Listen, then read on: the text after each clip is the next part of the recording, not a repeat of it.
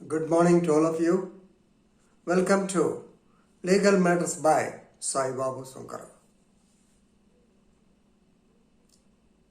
న్యాయ కళాశాల విద్యార్థులకు క్లాసులో అప్పుడప్పుడు చెప్పే ఉంటాను.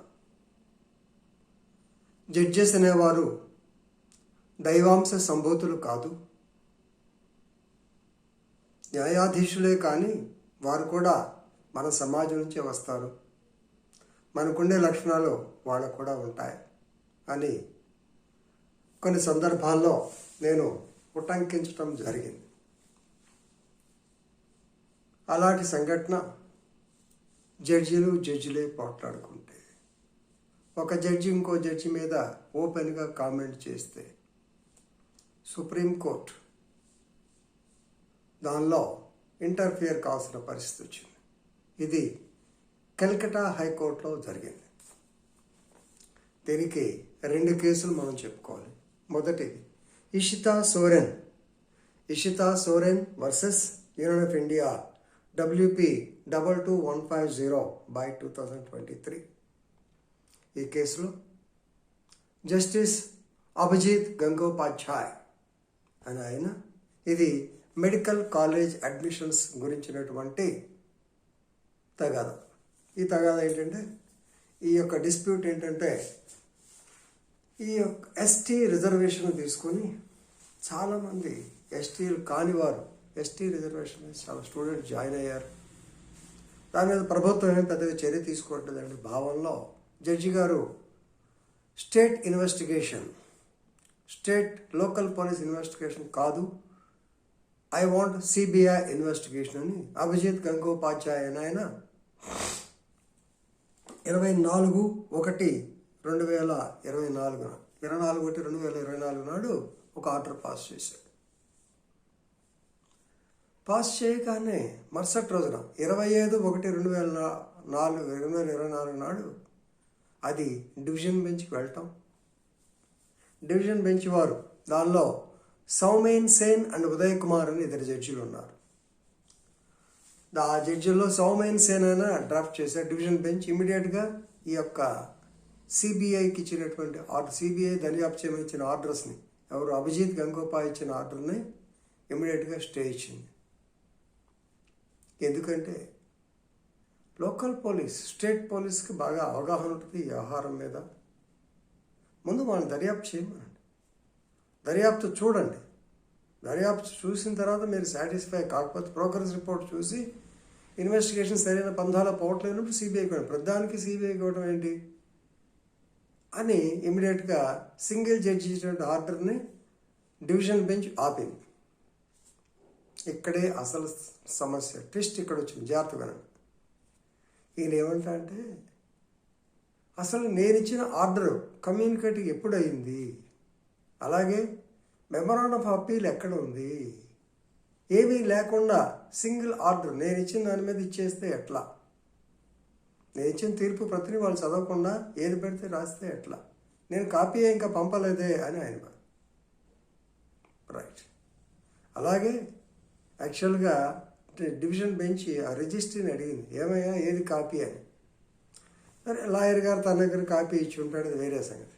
ఆ తర్వాత 25వ తారీఖున డివిజన్ బెంచ్ ఎప్పుడైతే స్టే ఇచ్చిందో వెంటనే ఈ జడ్జి గారు ఉండి నా కాపీ లేకుండా నేను రాసిన ఆర్డర్ చూడకుండా ఇచ్చారు కాబట్టి ఇది చెల్లదు అని క్యాష్ చేసి అవతల పడేశారు. డివిజన్ బెంచ్ ఇచ్చిన ఆర్డర్ని సింగిల్ జడ్జి తీసి అవతల పడేశారు. సిబిఐ ఇన్వెస్టిగేషన్ కావాల్సిందే అన్నాడు ఒకటే మాట. ఇక్కడ తగాదా వచ్చింది అంటూ ఇప్పుడు అసలు కథ సౌమేన్ సేన్ అనే జడ్జి గారి మీద. మాకు తెలుసండి ఆయన ఒక పార్టీకి కొమ్ము కాస్తున్నాడు, దానివల్లే ఆ పార్టీ వారు ఇబ్బంది పడతారని ఇమీడియట్గా స్టే ఆర్డర్ ఇచ్చారు. ఏమిటిది అంటూ ఆ జడ్జి గారు 2021లో ఒడిషా హైకోర్టుకి ట్రాన్స్ఫర్ వచ్చినాయి. ఇంతవరకు ఆయన అక్కడికి వెళ్ళలేదు. మాకు తెలిసే కారణాలు ఎందుకు బాగాలేదు, political influence, direct mean to say that. ఇది ఒకళ్ళ మీద ఒకళ్ళు బురద జల్లుకున్నారు, అంతకన్నా డైరెక్ట్ చెప్పాలంటే ఇంకేం లేదు.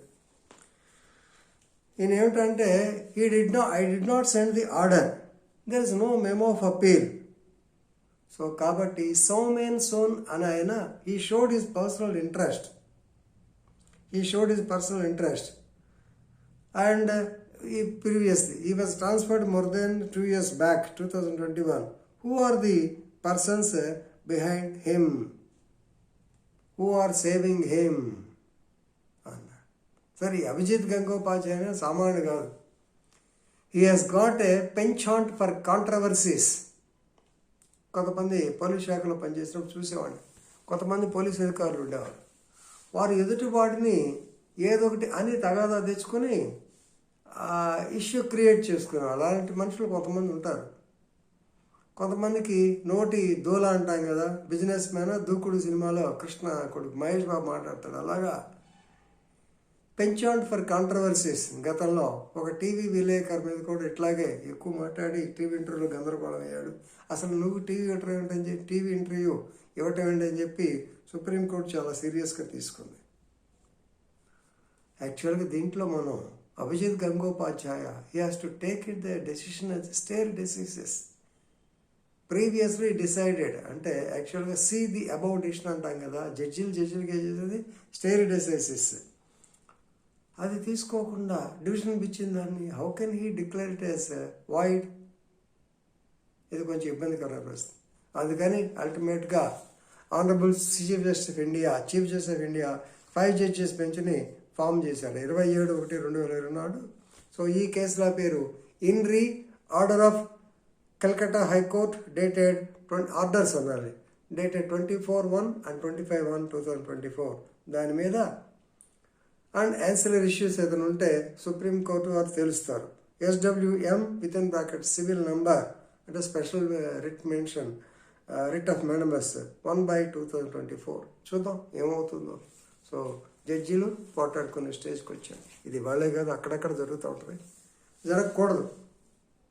జరిగినప్పుడు ఏం జరుగుతుందో మనం జాగ్రత్తగా అబ్జర్వ్ చేయాలి. మనం కామెంట్ చేయకూడదు. కానీ జడ్జెస్ వాళ్ళు తక్కువగా మాట్లాడరు, ఏదో కారణం ఉంటుంది. చూద్దాం. ఇంతవరకు ఇది ఈ యొక్క ప్రోగ్రెస్ ఏదైనా ఇంపార్టెంట్ డెవలప్మెంట్ ఉంటే మళ్ళీ మీకు ఇంకొక వీడియోలో చెప్తాను. అప్పటి వరకు I will stay back. Thank you.